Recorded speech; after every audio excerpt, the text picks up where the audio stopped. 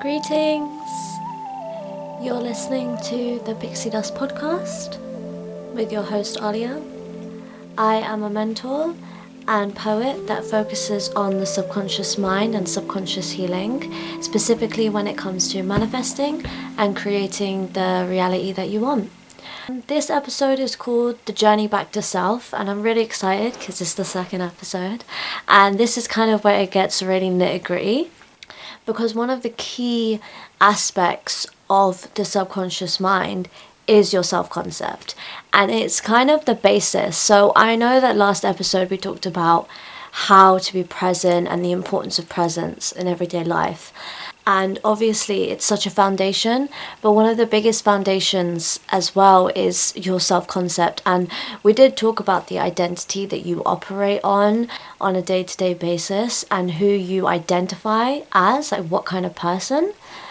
And one of the really important things about understanding your subconscious mind, so that you don't let it dictate you, but you can start to manage and control who you are and what kind of person you identify as, is understanding your own self-concept. So what beliefs do you hold about yourself? I don't do things traditionally, and what that means is that ordinarily I would have, in the first episode, have talked a little bit about myself as well. I'm not going to do that. I'm going to do that today and explain to you why self-concept is so important. Because when I first started on this journey, when I discovered manifestation, I had already understood the concepts of presence. So I'd read Power of Now, I'd been practicing that kind of stuff for like 2 years. Then I came across manifestation after a really, really hard point in my life where I just really couldn't see any sort of hope. I just didn't view myself as worthy. I didn't have a lot of self-worth, and I didn't really value or respect myself enough. And then I, again, name dropping, listened to a wonderful creator called Flora Sivos, and she has a podcast as well called Manifest Investing, which you should 100% check out. Like, that podcast changed my life. But yeah, when I started listening to her, she sort of made me realize the importance of the way we view ourselves. I just started getting therapy at the same time. And something my therapist had said to me, and this was 3 months into our session, she was like to me, the things that you're saying, what I want you to do is I want you to get a picture of yourself, and I want you to imagine saying it to this version of you. Get a picture from when you were a child and imagine what kind of things would you say to that person, that version of you. And I don't really like looking at pictures of myself, so I didn't really do that, but I did start writing out all these beliefs about myself and putting them on my phone. I can actually show you now. It's kind of changed a little bit. I don't know if the camera will. But the point is that it's a huge list of affirmations that I just put on my home screen to remind me of who I am, what beliefs I want to operate on. And so today I really want us to focus on what is self-concept. So one of the things that's really important, and it's something that if you are interested in exploring further for yourself, I do sell downloadable worksheets, and one of those worksheets is on self-esteem and self-worth. And self-esteem is based on outside perceptions of who you are, based on whether you're worthy or not, according to other people's paradigms. But self-concept, self-worth, is this intrinsic knowing of who you are.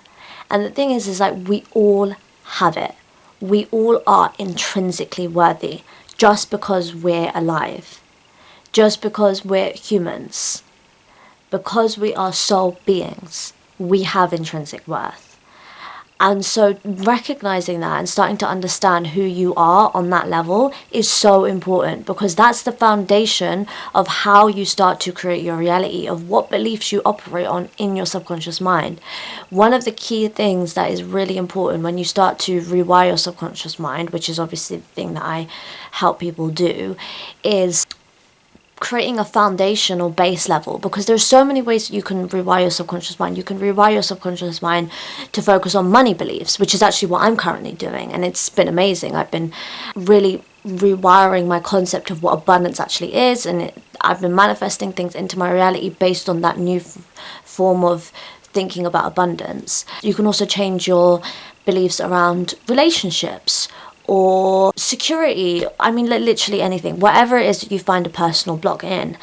But the core foundation where everyone should really start, and this is also something that Dylan James, again, name dropping, he's amazing, mentions, is rewiring your subconscious mind at the base level of who you are, of what identity you operate on. So just kind of forming like those intrinsic beliefs of I am worthy, I deserve love, I deserve respect, I'm beautiful inside and out, I'm talented, all of those things. Having that as your baseline foundation, believing in yourself as worthy at the base, allows you to then start to operate for the rest of your life. Because yeah, okay, you could manifest loads of money, right? And you could think, I'm super rich, I'm super successful, money comes to me easily, money flows to me, money loves me, abundance is everywhere, abundance never ends, there is enough money to go around for everyone. You could have all of those beliefs, which is great, and you should try and do that. I should, we all should, or we can. But when it comes to your foundational beliefs of who you are, if you think, okay, well, money loves me and money's obsessed with me and abundance is everywhere, but then also at the same time you're thinking, I don't know if I'm really good enough, I don't know if I'm worth it, I don't know if I feel a bit insecure about this particular situation, I'm just a bit scared, I don't really believe in myself. If you have those beliefs whilst you're operating and trying to manifest the other stuff, you're creating a conflict. Because even if you call in that money, you don't feel good enough to receive it. You don't feel good enough to deserve it. And so how can you create and maintain those things that you want? Your beliefs create how you experience. So scientifically, your brain only draws in evidence from your outside world based on what it knows, based on what you tell it. The thoughts and beliefs that you tell it is how it perceives reality. It looks for evidence in your reality to prove your beliefs to be true. So if you are believing I'm not lucky, it's going to start drawing in evidence that proves that to be true. Oh, this is another example of why you're not lucky. But if you believe, oh, I'm really lucky, like I'm so lucky, things just happen so easily for me, then that's how your brain is going to find evidence for it. Your brain is going to start looking for evidence of examples that that's true. Of course, when we start to tell ourselves these things and we don't believe them, it can be kind of difficult. It can be difficult to say, I'm really lucky, when deep down there's a conflict, emotionally you're not 100% believing it. And that's why rewiring the subconscious mind is so great, because you unconsciously in your sleep start to adopt these new beliefs, and there's less of a fight, and the subconscious mind is doing that work to adopt those new beliefs. Now, one really important thing is that if you're spiritual, which if you're listening to this, you probably are on some level believing in something bigger than yourself. Again, like I said last time, whether you want to call that God, Allah subhanahu wa ta'ala, the universe, whatever you want to call it, the point is that you're probably believing in something bigger than yourself. When you're believing that, most people have this innate faith, this innate trust, this innate knowing, this innate love towards this higher thing, towards this knowledge that there is something bigger than myself and I am an extension of that thing. What emotions come up, or what feelings and ideas come up when you think about this big higher being that is just pure soul energy, pure loving, abundant, creative energy? It's this overwhelming feeling of joy and almost just being overwhelmed, being submerged in this creative energy that you can't quite explain but you know is a part of you. That's an intrinsic feeling. That's just knowing who you are. A lot of the time, for example, some atheists will ask, like, why do we even crave to think about something bigger than ourselves? You know, humans have this need to think about this. People who don't believe in that stuff do sometimes ask those questions. And obviously there are so many multifaceted reasons for that, but one of the really key important elements to note is that when we're thinking about something bigger than ourselves, we have that essence of being humble, of being aware of our nature, aware of our power, especially if you know and are aware of the concepts of you as an extension of that like source energy. Then you start to understand how amazing and how powerful you are as a creator. And that is such a wonderful feeling, just to like tap into that, just to feel into it. And it is something that, as we do at the end of each episode, part of the meditation experience, listening to the poetry affirmations, it is something that I will help you tap into at the end. So please stay and listen and join me for that little meditation session. What we're thinking about is how essentially, just like that energy, our essence is purity. Our essence is peace. And when we can tap into that, that's when self-concept starts to come in. Because when we're thinking about who we are and what concept we operate on, we're thinking about the fact that, wow, I am this energy being. It can be really hard sometimes, especially when you're in the thick of it and your mental health is really low, to view yourself from that lens. There are so many simple ways that we can access feeling self-love, feeling self-concept. One of the ways that I love is mirror work. So it's a really hard thing to do, especially when you don't have a lot of self-worth, to go and stare at yourself in the mirror and just look at yourself. But it's really great for understanding who you are. If it's something you haven't tried, I would 100% recommend it. Just go and take a mirror and just stare at yourself for like, put a timer on your phone. Give yourself 5 minutes, even a couple minutes, but just look at yourself and look at yourself in the eyes and just stare. No makeup, no, some people like to do it naked, you know, like whatever you want, is you and your mirror, and just stare at yourself. Just become aware of who you are and start to see yourself as more than just this flesh body. Start to see yourself as a soul, a being, you know, something that's going to live for eternity even when this vessel ceases to exist and decays. Another way that you can do that is by pouring self-love into you, doing things for yourself, thinking about, well, how would I treat the people I love?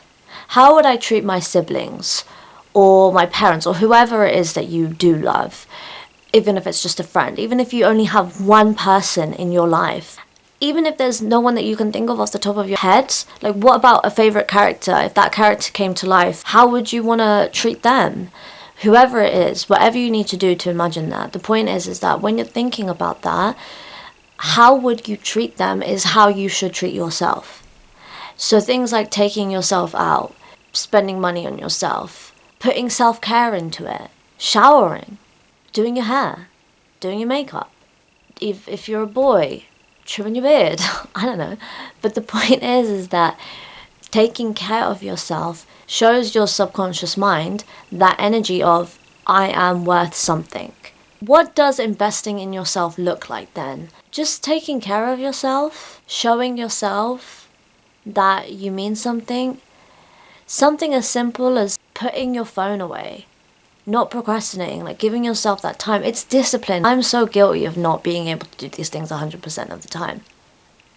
But believing in yourself inherently creates these things. Now, I'm not really a fan of like, or I don't necessarily promote robotic affirmations. I kind of, on some level, do kind of rate them sometimes. If I'm just like listening to, again, name dropping, Life of Gemini podcast, she does these like affirmations. It's like repetitive, very repetitive. She's like constantly saying, everything is working out for me. Everything is always working out for me. I know that things are working out for me. It's super repetitive, but I don't know. At first I didn't rate it, and then I was just listening to it because I was like, why the hell no? I'd rather listen to that than listen to something else that's not really benefiting me.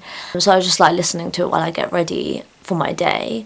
I didn't realize until like a couple weeks into listening to it how ingrained those beliefs have become, I hadn't been putting any effort into it. I hadn't been repeating them myself. I hadn't been robotically affirming. I hadn't been doing anything, but just having it in the background makes a huge difference. So maybe recording yourself saying nice things about you, or writing a letter to yourself, that can be a really, really good technique for showing yourself some love.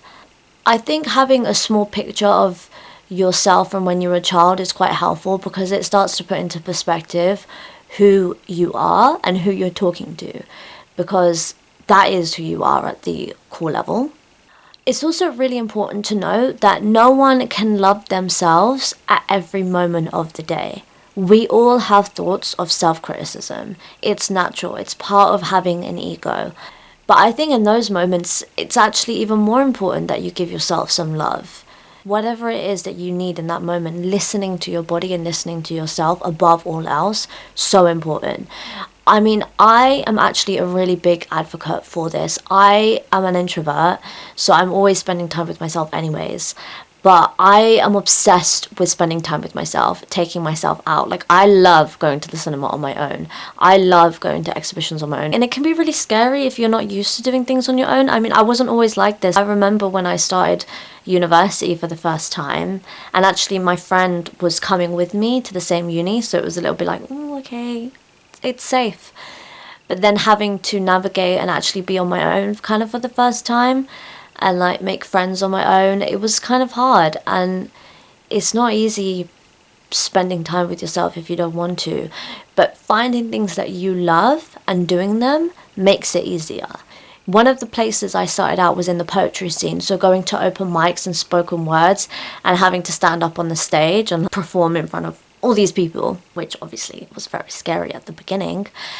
One thing that really helped me was I started to tell myself, well, all these people looking at me are human beings. They all do a poo. They all cry. They're all sad. They all have thoughts. They're probably thinking the same things that I'm thinking. I'm scared. I'm this. I'm that.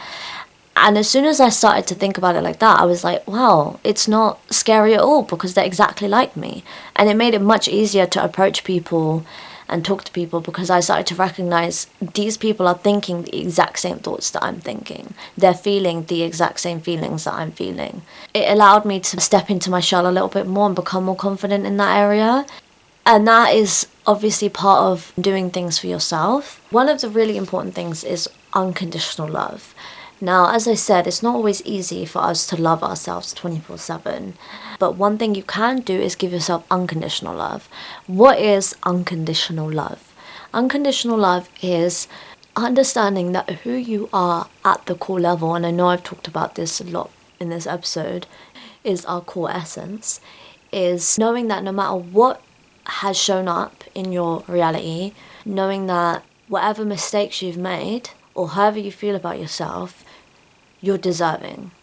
You're worthy. And it's really important that you tell yourself this, because the truth is if you can't tell yourself this, how do you expect anyone else to tell you? People love you, of course, but you need to give yourself that love. If you believe you're worthy of it, everyone else around you is going to mirror that. If you believe that you're deserving, everyone else around you is going to mirror that. But if you don't believe that you're worthy or deserving, how can you expect other people to? I would say that what's really important when it comes to this, and this is something that I do teach, is understanding your beliefs. So paying attention to triggers, and this is obviously a really important aspect of shadow work, but paying attention to your triggers and thinking about, well, why does this trigger me? What about this is making me feel a particular type of way? Why am I reacting in this way? What do I have to believe about myself in order to attach some type of reaction to this situation? And whatever that belief is that you hold, that's an indicator of beliefs that you have adopted over your life based on the situations, especially, as I said, growing up from the ages of 0 to 7, the experiences that you had forming those beliefs, but they're not real.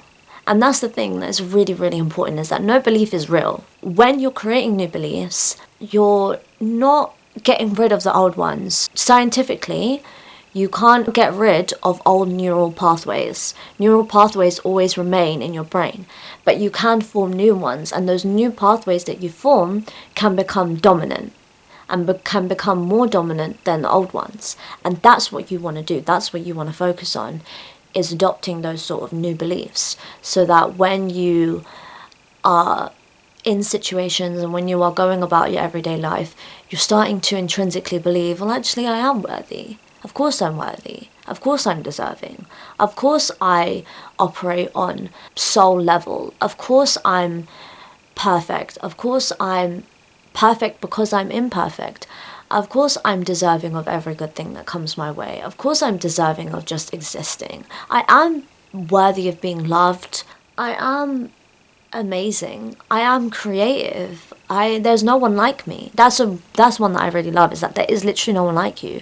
One thing that you can do is start to write a list of the things that you love, what you like doing, and thinking about how you can bring those into your everyday life, how you can start to give those more. I mean, one thing that I love is going and watching a sunset. Like, I love watching a sunset, and that's something so simple that you can do, like, whenever, if the weather allows, which in the UK it does not always allow, but when it does, just going on a walk. I mean, exercise can be so tough as well, because it can be hard to motivate yourself.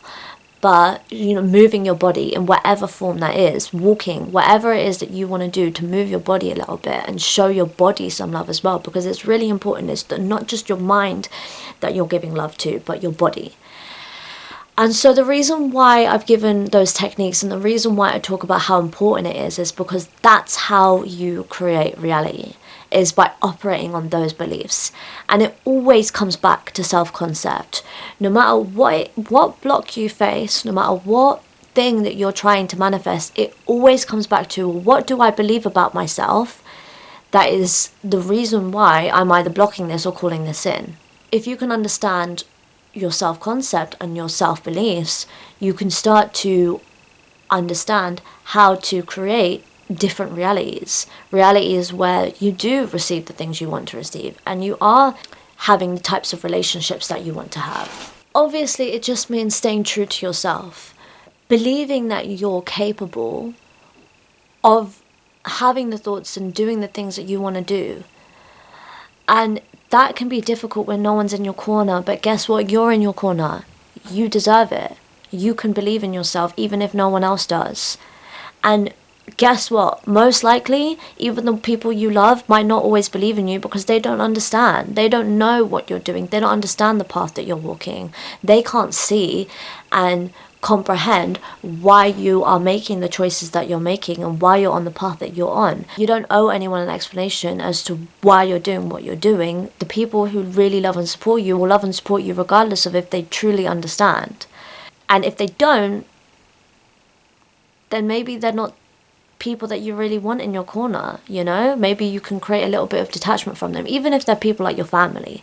You can still be around people like your family who might not show you all the love and support, and you might still be in the same space as them, but you can emotionally detach from them. I will talk about spiritual relationships. That is a podcast episode that's coming up, so we will delve more into how to have relationships that are spiritual and fulfilling. Just being in your corner and showing yourself that actually I am worthy, and you know what, it doesn't matter if no one else believes in me because I believe in myself. It's just as hard to think I suck all the time. It's just as hard to think that. And so, especially when you start to meditate and you become conscious of your thoughts, because that's what meditation does, is it helps you become more conscious of what you're thinking. When you start to do that, you start to notice those thoughts. And so when you start to notice those thoughts, you can start to challenge them.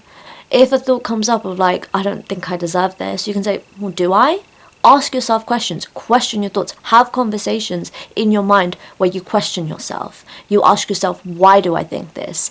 And the more you start to question yourself and ask yourself why, you start to realize that a lot of these thoughts are not real. They're not operating on a real base. They're based off of stuff that comes from places and times where you were conditioned to believe these things about yourself. So why have I called this journey back to self? Because the point is that you want to take the journey back to you. You want to take the journey back to yourself so that you can start to operate and exist in reality from a more strong foundation. Because ultimately, who you are and what you believe about yourself is the most important aspect of your journey. It's how you understand the world around you. If you are interested in learning more about that, again, you can check out my website, moonlitpath.co.uk, for more information and to work with me.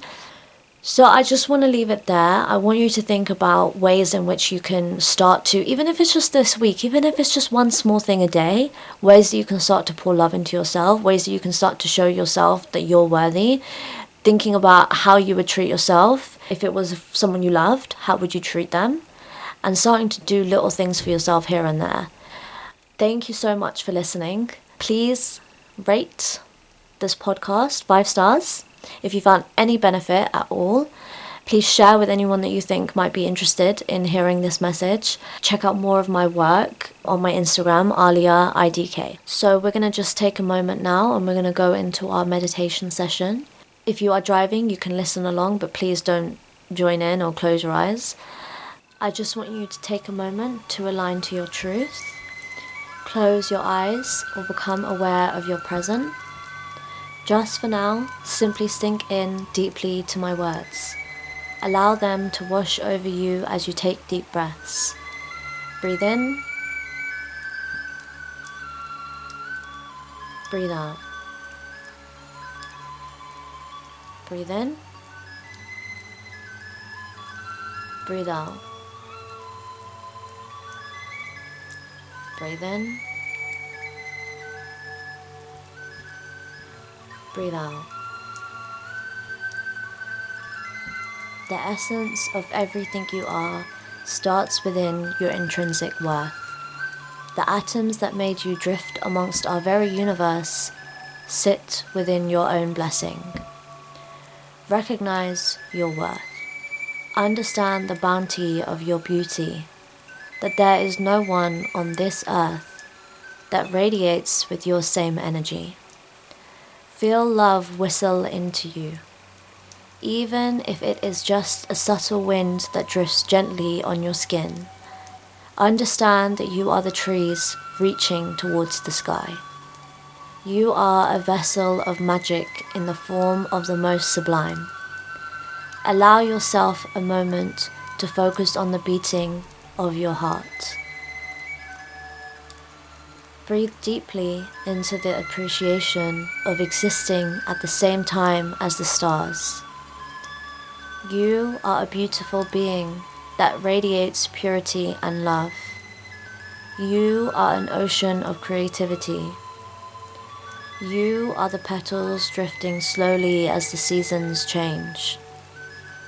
Even when you stumble over roots, you blossom into a wise sage.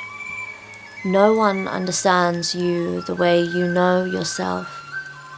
Deep within your core, your effervescence emanates your inner wealth. You are blessed with life. You walk in the light of the divine. Allow yourself the space to make mistakes and grow. For just as iridescent crystals are molded through hope, you are worthy of love because you are love. You are worthy of peace because you are peace. You are worthy of beauty because you are beauty. You are inherently worthy simply for existing as you are. Allow yourself to relax into the truth that the sparkles of the stars exist within all your heavenly parts. Exhale in the knowing that you are perfect. Breathe out the peace of existing without a need to be anything else. You are loved, you are supported, you are divinely guided. Thank you for listening. Stay blessed.